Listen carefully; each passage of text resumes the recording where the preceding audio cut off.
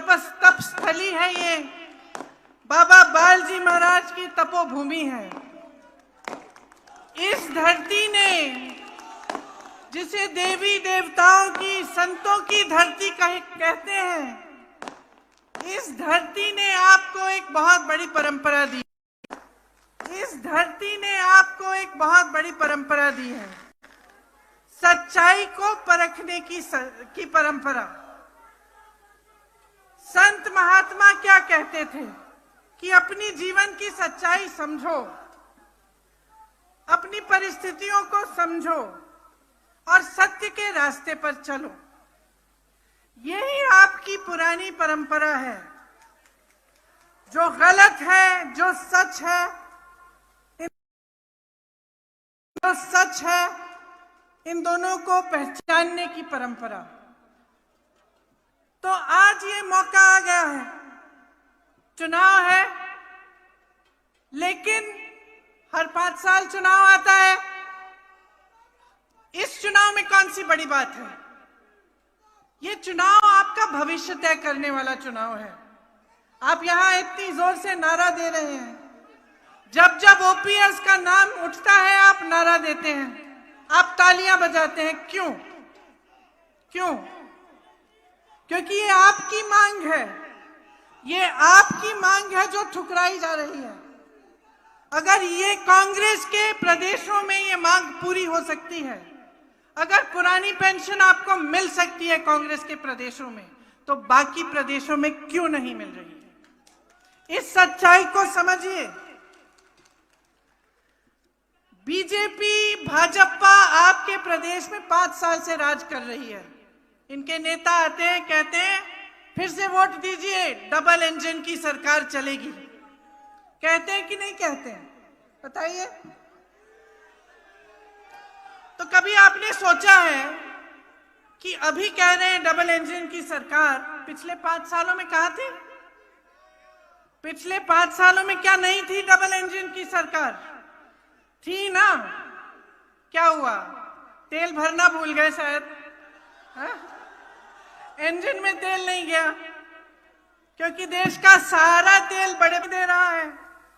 पहचानिए इस सच्चाई को।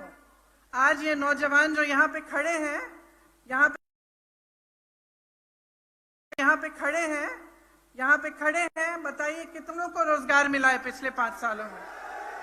मिला है आपको रोजगार? नहीं मिला ना।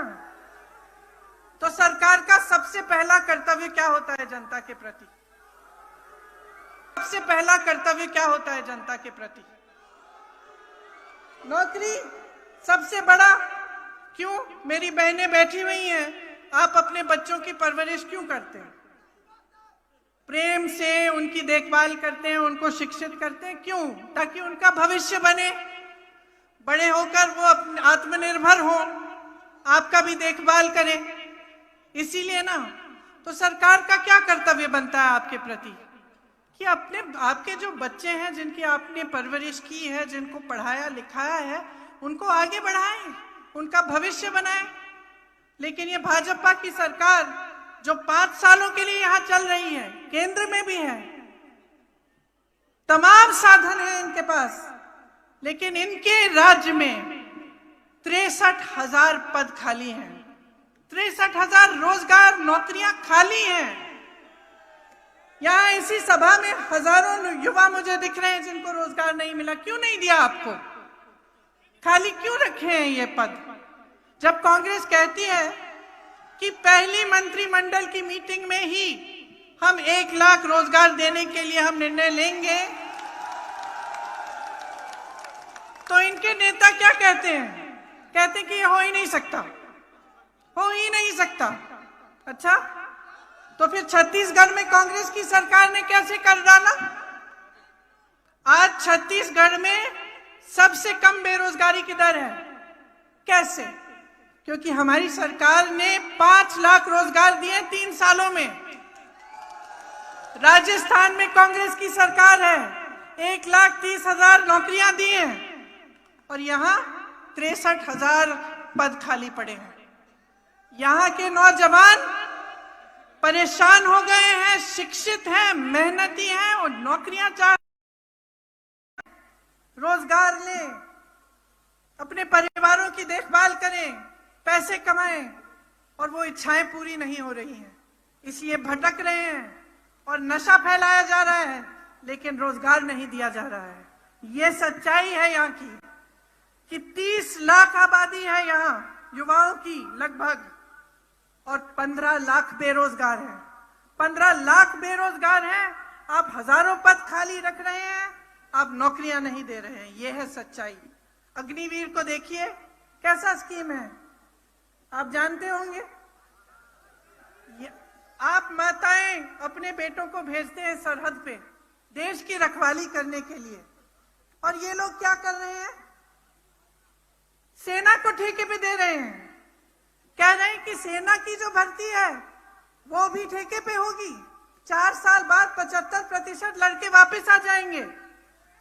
फिर क्या करेंगे, किसी के ऑफिस में काम करेंगे, कहीं नौकरी ढूंढते हुए भटकेंगे। तो यहाँ के पहले कम से कम 4000 लोग सेना में भर्ती होते थे। अब जो नया नियम आया है उसके जरिए मात्र 400-500 सेना में जा पाएंगे, और उनमें से भी 75% वापस आ जाएंगे 4 साल बाद। आप सोचिए कि इन लोगों की नीयत क्या है। बहुत स्पष्ट है, सत्ता में रहने के लिए चुनाव के समय आपके सामने कुछ भी कह डालेंगे, कुछ भी कह डालेंगे, कैसे कैसे बड़े बड़े वादे करेंगे, लेकिन जैसे ही चुनाव चले जाता है आपको भूल जाते हैं। जैसे ये सब बातें खत्म, प्रचार खत्म, जैसे अग्निहोत्री जी कह रहे थे कि हेलीकॉप्टरों में पैसे ला रहे हैं, एम्बुलेंस में शराब आ रही है। अगर ये सच्चाई है तो आप सोचिए कि सबक सिखा दीजिए कि पैसों से चुनाव नहीं जितवाएंगे आप, कि आप अपने भविष्य के आधार पर अपना वोट देंगे। आप शिक्षित हैं, समझदार हैं। अग्निहोत्री जी ने कहा इंदिरा जी ने ये प्रदेश बनाया, लेकिन इंदिरा जी हमेशा कहती थी हिमाचल प्रदेश की जनता ने हिमाचल प्रदेश को बनाया है। भरोसा था आप में और आप उन पर भरोसा करते थे। इसीलिए परमार जी जैसे, वीरभद्र सिंह जी जैसे नेता आपको मिले, आप ही की जमीन से उभरे। अग्निहोत्री जी को देखिए, दिन रात आपके लिए एक करते हैं, सुबह शाम आपके लिए काम करते हैं। नेता प्रतिपक्ष हैं, विपक्ष में होते हुए आपकी आवाज दिन रात उठाते हैं।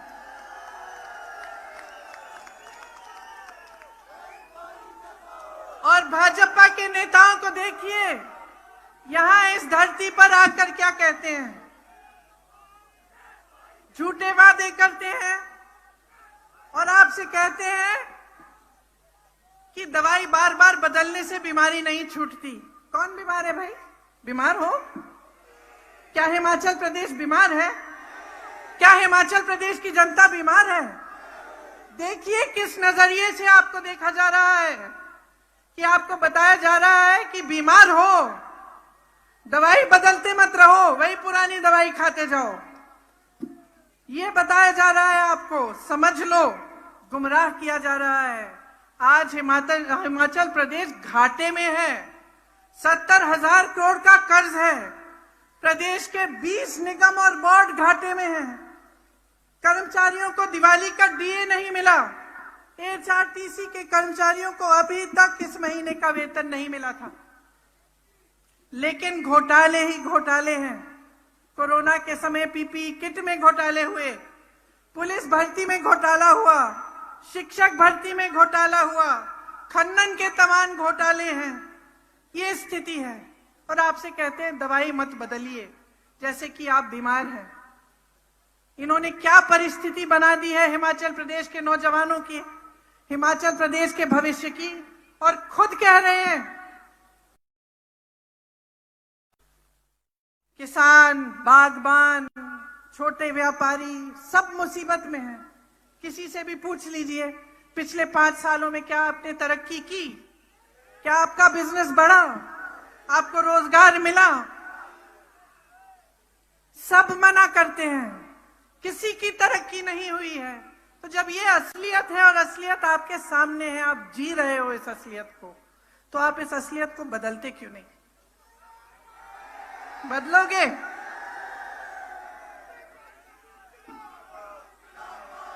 ये प्रदेश आपने बनाया है, आपने बनाया अपनी मेहनत से। यहां तमाम बच्चे शिक्षित हैं, महिलाएं शिक्षित हैं, आगे बढ़ना चाहती हैं, युवा आगे बढ़ना चाहते हैं, लेकिन इन लोगों ने गलत निर्णय लेकर इस प्रदेश को बिगाड़ने के अलावा कुछ ठोस काम नहीं किया है। डबल इंजन की सिर्फ बातें हैं, आगे बढ़ाने की कोई बात नहीं है। और 5 सालों में जो आपने सहा है, जो आपने देखा है, ये आप अच्छी तरह से जानते हैं। तो मैं यहां खड़े होकर आपको झूठे वादे नहीं करना चाहती, आपको झूठे वादे नहीं करना चाहती। मैं आपको सिर्फ एक चीज कहना चाहती हूं, अपने अनुभव पर उतरो। आपने क्या देखा है 5 सालों में? क्या आपने ऐसे नेता देखे हैं कि आपके घर आके आपकी परेशानियों को समझे? आप ओपीएस ओपीएस ओपीएस चिल्ला चिल्ला कर थक गए, किसी ने सुनवाई की आपकी? ये कितनी गहरी समस्या है, मैं जानती हूं, उत्तर प्रदेश में काम करती हूं, कि जीवन भर आपको पेंशन मिलेगा, आपकी सुरक्षा होगी, वरना आप प्राइवेट में ले लेते। तो जब इतनी गहरी समस्या है, आप 5 सालों से कह रहे हैं, 10 सालों से कह रहे हैं, कोई सुन नहीं रहा है। ये स्थिति है। क्या मिला आपको? हाँ, ये सच है कि बड़े बड़े हिमाचल से बड़े बड़े नेता बने भाजपा में, अपनी तरक्की की। क्या प्रदेश की तरक्की की? आज अगर फसल का दाम किसान मांग, अपनी तरक्की की। क्या प्रदेश की तरक्की की? आज अगर फसल का दाम किसान मांगता है हिमाचल का, उसको मिलता है? कौन तय कर रहा है? कौन तय कर रहा है फसल का दाम? बड़े बड़े उद्योगपति। मैंने कहा, सारा देश का तेल उनके इंजन में जा रहा है। रोजगार कहां से आते हैं? जो पीएसयू थे, जिससे तमाम रोजगार मिलता था, किसको बेच दिए? अपने बड़े बड़े उद्योगपति मित्रों को। जो आपकी संपत्ति है, देश की संपत्ति है, वो उनको बेच दिया। आज अगर आपके फसल का दाम तय करते हैं तो वो करते हैं, किसान नहीं करता है। तो आप समझिए, बार बार मैं सिर्फ यही आग्रह करती हूं, शिक्षित हो, समझदार हो, बहुत विवेक है आप में। जो संघर्ष में जीवन आपका है, किसी नेता का नहीं है, गलतफहमी में मत होना, किसी नेता का नहीं है। सब नेता आराम में रहते हैं। 5 साल बाद अगर बदलोगे नहीं ना, तो आराम करते रहेंगे, आपको भूल जाएंगे। यही होती, ये देखिए, सत्ता में होने से अहंकार बहुत होता है, आप जानते हैं। तो अगर बदलाव नहीं लाओगे तो वही 5 साल जो आपने भुगते हैं, उससे बुरा भुगतोगे 5 सालों में।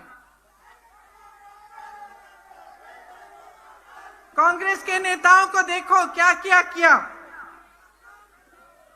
परमार जी ने कितना काम किया हिमाचल के लिए। वीरभद्र सिंह जी ने शिक्षा के संस्थानों का जाल बिछाया। इंदिरा जी की मदद के साथ यहाँ पे जब हिमाचल प्रदेश बना, तो आप सबको आगे बढ़ाने की पूरी कोशिशें हुई। चाहे यहाँ IIIT लगा, चाहे तमाम संस्थाएं बनाई गई, चाहे अस्पताल हो, चाहे कुछ भी हो, तमाम काम। आपने पुल का जिक्र किया, सबसे बड़ा पुल, सबसे लंबा पुल, वो भी कांग्रेस के नेताओं ने बनवाया।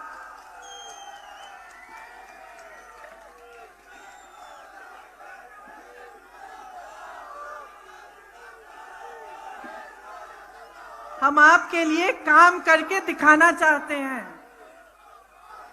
मैंने कहा कि पहले मंत्रिमंडल की मीटिंग में, मैंने कहा कि पहले मंत्रिमंडल की मीटिंग में 1 लाख रोजगार तय करेंगे, लेकिन 5 सालों में हमारा वचन है कि 5 लाख रोजगार देने का पूरी कोशिश करेंगे। आपने हर घर लक्ष्मी योजना के बारे में सुना होगा। मैं जानती हूं आप कितना मेहनत करती हो। मैं जानती हूं मेरी बहनों, पूरा समाज का बोझ आपके कंधों पर है। आप बच्चों की परवरिश करते हो, मेहनत करते हो, घर में, खेती में, नौकरी करते हो, सब कुछ करते हो। जो महिला नौकरी करती है वो फिर भी घर आकर खाना पकाती है, क्यों आप नहीं करते हैं? मम्मी खाना परोस के देती है ना जब घर आते हो। कभी सोचा है कितना मुश्किल जीवन होता है, कितना संघर्ष होता है माताओं का, बहनों का, हम समझते हैं। इसीलिए हम हर घर लक्ष्मी योजना बनाना चाहते हैं, जिससे 1500 रुपए प्रति माह आपको मिलेंगे, आपके खाते में जाएंगे। हर विधानसभा में 4 इंग्लिश की पाठशाला बनाना चाहते हैं। आर्मी से रिटायर होकर आए सर्विसमैन के लिए आरक्षित सभी पदों को भरने की योजना है। यहां कांग्रेस ने कई औद्योगिक क्षेत्र बनाए, उनका विकास कराने का काम हम करना चाहते हैं, रोजगार पैदा करना चाहते हैं। ऊना और आसपास के जो इलाके हैं, यहाँ पर खास आध्यात्मिक टूरिज्म, मतलब स्पिरिचुअल टूरिज्म के केंद्र के रूप में यहाँ को हम विकसित करना चाहते हैं, ताकि जो दर्शन करने आए उसको पूरी सुविधा मिले, लेकिन आप सबको इससे रोजगार भी मिले। ऊना गुरु नानक देव जी की वंशजों की भूमि है। गुरु नानक जी ने सच्चा सौदा का विचार दिया था ना। सच्चा सौदा का मतलब क्या होता है? जिसका है वो उसको मिलना चाहिए। सबसे बड़ी प्राथमिकता गरीबों की होनी चाहिए, जरूरतमंदों की होनी चाहिए, और यही कांग्रेस पार्टी का सिद्धांत है। यही महात्मा गांधी का सिद्धांत था, यही इंदिरा गांधी का सिद्धांत था, और यहाँ मंच पे खड़े हुए जितने भी नेता हैं, यही उनका सिद्धांत है।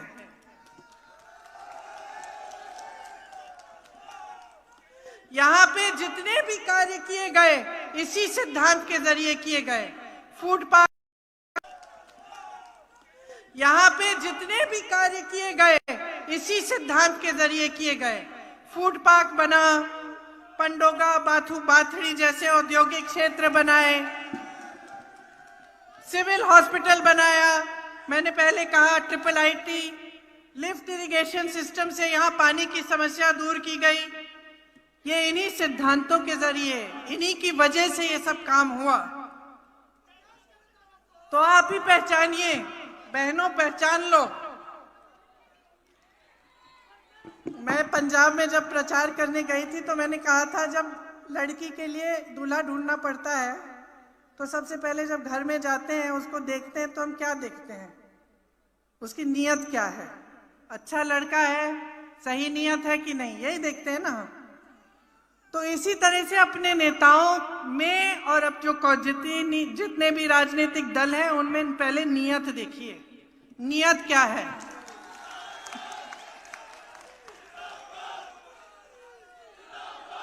जिस तरह से हमारे सिद्धांत सेवा और समर्पण के हैं, उसी तरह से आज भाजपा का एक ही सिद्धांत है, सत्ता में रहना। बस किसी भी हालत में कैसे भी सत्ता में रहना, यही है।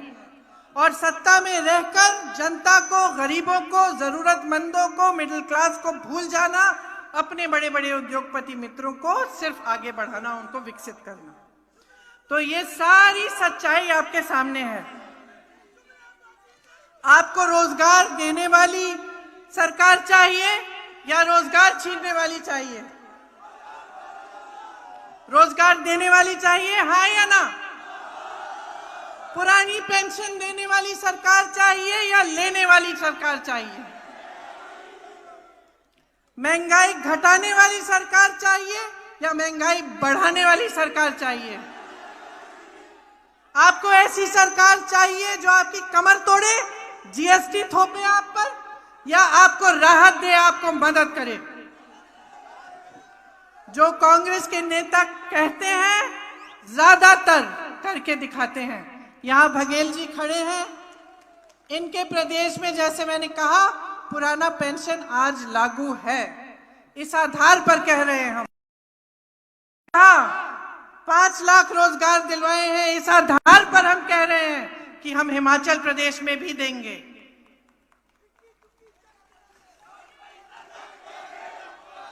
देखिए, जब भी हम ये बातें करते हैं तो छोटे से छोटा भाजपा का नेता लेकर बड़े से बड़े तक कहता है कि नहीं हो सकता, रोजगार बना नहीं सकते, महंगाई कम होगी नहीं, ये जो ओपीएस कह रहे हैं इसके लिए पैसे नहीं है। तो भैया अगर कुछ नहीं कर सकते तो सत्ता में क्यों आए? ना आए, फिर फायदा क्या है आपके लिए?